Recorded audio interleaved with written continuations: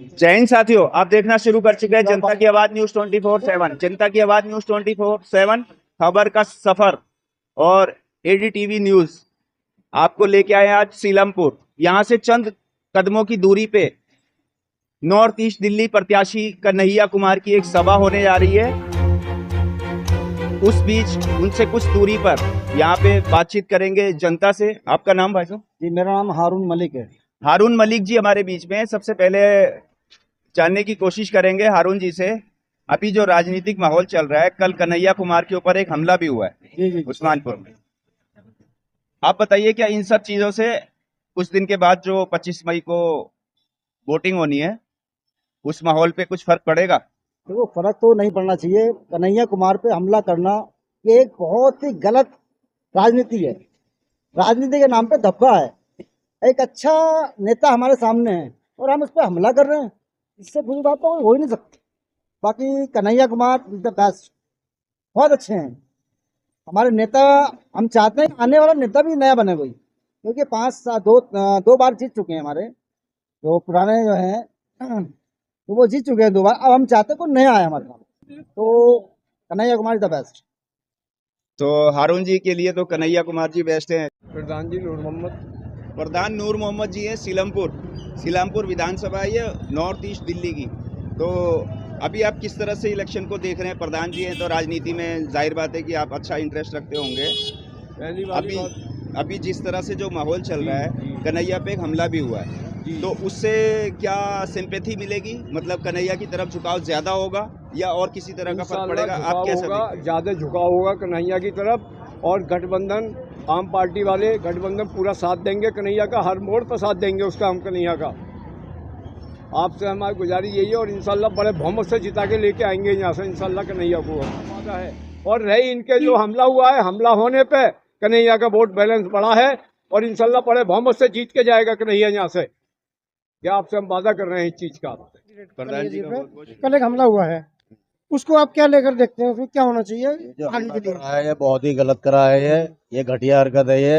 ये चाह रहे हैं कि हम ऐसे करके उल्टे सीधे करके जो है हम इंतजाम करके ऐसे करके गलत कर दें, लेकिन इंशाल्लाह ऐसा काम होने का ना।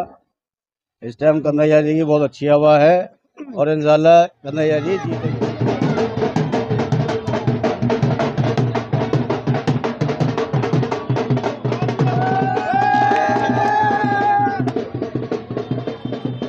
हाँ जी।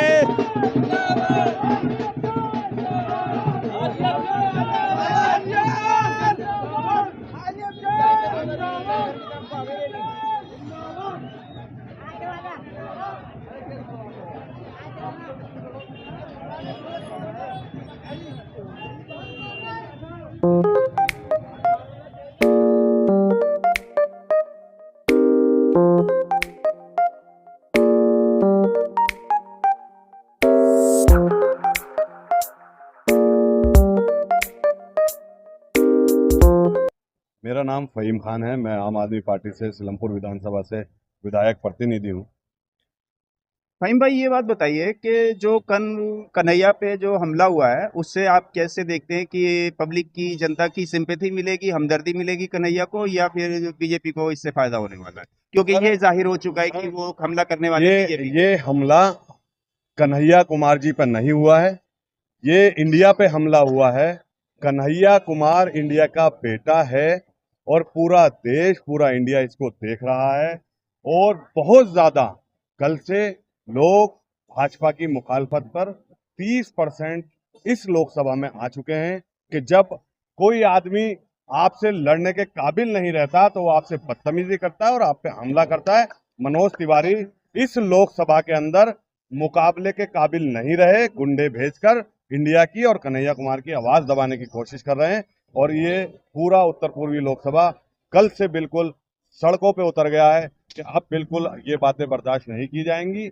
ये देश के बच्चों पे हमला कर रहे हो आप, देश की बेटियों पे हमला कर रहे हो आप। आपका इसका जवाब हम 25 तारीख को देकर रहेंगे और पूरा उत्तर पूर्वी लोकसभा और पूरा इंडिया का फैसला होगा।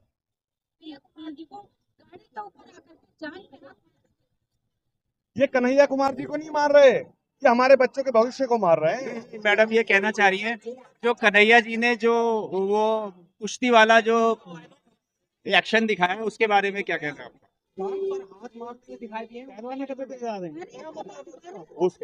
उसका मतलब आप समझ लीजिए, इस देश का बच्चा बच्चा शेर है, कुंडों से डरने वाला नहीं।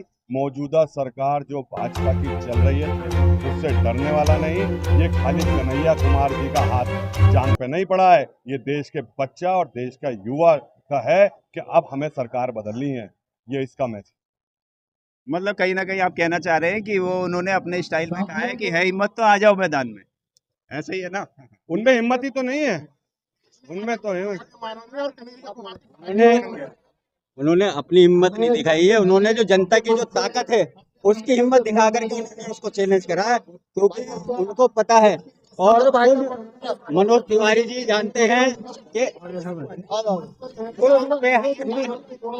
जो पब्लिक की जो ताकत है, जो पब्लिक की सपोर्ट उनको मिली है, उन्होंने उसकी ताकत का मुजाहरा पब्लिक को दिखा, तो सॉरी तिवारी जी को दिखाया है कि मैदान पास मार के कि मैं मैदान में हूँ और पब्लिक मेरे साथ है, आके अवाम हमारे साथ है। और इनकी जो जीत है उस वजह से बौखलाहट है तिवारी जी की, इसी वजह से उनके ऊपर हमले किए जा रहे हैं और वो बीजेपी के ही आदमी हैं जिन्होंने हमला किया है। और आपको हाथ मारने की बात कही थी, एक हाथ केजरीवाल जी के पड़ा था तो दिल्ली की राजनीति बदल गई थी। अब की बार हाथ जो कन्हैया कुमार के पड़ा है तो हिंदुस्तान की राजनीति बदलने जा रही है और बहुत जल्द। वो जो है एक ऑटो ड्राइवर था लाली, उसने मारा। हाँ, एक जो केजरीवाल जी के हाथ मारा था वो भी कोई ऑटो ड्राइवर ही थे और एक आम पब्लिक थी। एक बार सियाई फेंकी गई थी, उस टाइम दिल्ली की राजनीति बदली थी। अब कन्हैया कुमार के हाथ मारा, अब हिंदुस्तान की राजनीति बदलने वाली है। रिजवान भाई, किस तरह से ले रहे हैं आजकल की चीजें जो हो रही है? कल कन्हैया कुमार जी पे हमला भी हुआ है, तो उससे आप क्या समझते हैं? सिंपैथी मिलेगी, हमदर्दी मिलेगी कन्हैया कुमार को, या फिर बीजेपी को फायदा होगा? शायद भाई आप बेबाक न्यूज़ है आपकी और बहुत अच्छी आप खबर लगाते हैं, ओरिजिनल खबर लगाते हैं। सबसे बड़ी बात यह है कि आपने पहले सवाल किया कि उनके ऊपर जो अटैक हुआ है, तो अटैक तो केजरीवाल जी के पे हुआ था, जो त्रिपुरा वाले ने मारा था, लेकिन वो दिल्ली के सीएम बने, वो दिल्ली के आज बेताज बादशाह हैं। तो किसी को अगर तुम जलील करोगे तो खुदा उसको जो है जलील नहीं होने देगा और खुदा के यहाँ से जो फैसला होगा वो इनको भी मिलेगा। और दूसरी बात यह है कि कोई मारने वाला बड़ा नहीं है, बड़ा तो हमारा खुदा है। खुदा जिसको चाहता है इज्जत देता है, जिसको चाहता है जिल्लत देता है। अगर एक थप्पड़ थ्री व्हीलर वाले ने केजरीवाल के मारा था, तो दिल्ली के सीएम जब शीला दीक्षित थी और मैं कांग्रेस में था, इस वक्त मैं आम आदमी पार्टी में सपोर्ट कर रहा हूँ और ये गठबंधन में मैं यहाँ पर खड़ा हुआ हूँ दिल्ली सलमपुर के अंदर नॉर्थ ईस्ट डिस्ट्रिक्ट में। अभी हमारे जो बुनियादी मसले हैं, बुनियादी जो बातें, मैं चाहता हूँ कि उसके ऊपर आप पूछें, उसके ऊपर बात करें। यहाँ पर सबसे बड़ी बात है कि हमारे यहाँ कोई शादी हाल बड़ा वाला नहीं है जिसमें हम 2,500-3,000 लोग मिल करके कोई शादी कर सके। हमारे यहाँ पर एक 6 किलोमीटर की ड्रैगन है जिसको नाला कहते हैं, ये पटाव नहीं हुआ। यहाँ पर 10-12 लोगों की गिर कर के मौत हो गई और कुछ लाशें बहकर भी आती हैं। अगर हमारे यहाँ पर बीजेपी से सांसद 2 बार के बने हैं जो एक ही बात कहते हैं, सिर्फ एक ही बात का एक ही नारा है उनका कि हमने 14,600 करोड़ रुपए लगाए, तो मेरा उनसे सवाल ये था कि आपने 14,600 करोड़ रुपए लगाए, आप उनके कमाऊ पूत हो, आपने पैसा कमा के दिया तो 6 लोगों के नाम काट दिए गए और एक आदमी को टिकट दे दी गई, इनको क्या नाम है, तिवारी जी को। तो आप तो रिंकिया के पापा हैं, आप यहाँ पे पैसा कमा के अपने अकाउंट को भर रहे हैं और वो 400 पार का नारा दे रहे हैं। अब वो जो 2 बार से सांसद बने, वो ईवीएम की मेहरबानी थी, वो पैसा बांटने की मेहरबानी थी, ये इसका जवाब वो देंगे। उनका एक सवाल था कि हम यहाँ पर मेट्रो लेकर आए जो हमारी जाफराबाद के ऊपर है। 2012 में यहाँ पे काम शुरू हुआ और 2014 में वो सांसद बने। तो बताइए कि मेट्रो उनको लेकर आइए और मेट्रो को लेकर आए। तीसरी बात यह है, अगर वो हमारे नाले ढकने का काम करते तो हम समझते हैं कि 14,600 करोड़ में 14,000 उनकी जेब में गए या सरकार की जेब को भरा या उन्होंने आप मीडिया को बांटा। तो मीडिया ने वो सवाल करती है, अगर हम अभी बीजेपी के खिलाफ बोलें तो आप मेरे आगे से माइक नहीं हटाओगे। अभी यहाँ से हमने 2 लोगों को रुखसत किया है, वो माइक लगाते हैं, हटाते नहीं है। कि मोदी जी को अगर कोई बुरा कहता है, बीजेपी को बुरा कहता है, हम कहते हैं हम बुरा नहीं कह रहे, हम काम को बुरा कह रहे हैं। अगर वो हमारे काम करते हैं यहाँ पे, ये शाहिद भाई मेरे बड़े भाई खड़े हैं, मुझसे मोहब्बत रखते हैं, ये मेरे लिए यहाँ पर खड़े मेरी आवाज़ को पहुँचाने का काम कर रहे हैं, तो मैं कहूँगा कन्हैया कुमार जी यहाँ से हमारे सांसद जीत करके जाएँ, इसलिए जीत करके जाएँ वो पढ़े लिखे हैं। वो ब्रांड एम्बेसडर है नॉर्थ ईस्ट डिस्ट्रिक्ट के, और राहुल गांधी ब्रांड एम्बेसडर है नेशनल। उन्होंने पैदल जो यात्रा करी उन्होंने दिलों को जोड़ा है, और इन्होंने हमारे नॉर्थ ईस्ट के इनको टिकट मिली है। तो ये हमारे लिए एक यूनिवर्सिटी जो हमें पहले बताया गया था कि बिल्डिंग को तामीर करने के लिए 34 करोड़ रुपए का शाहिद भाई खर्चा है, तो 14,600 करोड़ में 14,600 करोड़ में 34 करोड़ रुपए एक लड़कियों के लिए कॉलेज नहीं बन सकता था क्या? यहाँ 100 बेड वाले जच्चा बच्चा, आप एक महिला है, आप अच्छे पत्रकार हैं, एक जच्चा बच्चा वार्ड जगह है हमारे पास, उसमें जच्चा बच्चा वार्ड 100 बैठ के क्या नहीं बन सकते? यहाँ पर महिलाएं डॉक्टर हों और महिला का इलाज करें। आप हमारे यहाँ हॉस्पिटलों में जाएं, हमारे यहाँ दूसरी जगहों पर जाएं तो वहाँ पर बेहुरमती होती है। जब औरत प्रेग्नेंट जाती है तो वहाँ पर मर्द डॉक्टर भी देखते हैं। ये ऐसा हॉस्पिटल बनाते हैं यहाँ पर औरत को औरत देखती। यहाँ पर बहुत जगह थी, क्यों नहीं इस बात पर पैसा खर्चा नहीं किया? यहाँ पे अच्छे मॉल क्यों नहीं दिए? यहाँ की गरीबी को दूर क्यों नहीं करा? हमारे यहाँ जो शादी हॉल है, हम बड़ा परेशान है, यहाँ पर 2,500-3 हज़ार के लोगों का शादी हॉल क्यों नहीं दिया? बाहर एक फ्लाईओवर बनना है, 10 साल में फ्लाईओवर ही ख़त्म नहीं होता। उसमें कितना बजट का 14,600 करोड़ रुपये फ्लाईओवर में लगा दिए। वहाँ पर 3 थाने आते हैं, उस्मानपुर थाना, जाफराबाद थाना और शास्त्री पार्क थाना। वो रोड 10 साल में क्यों नहीं बना?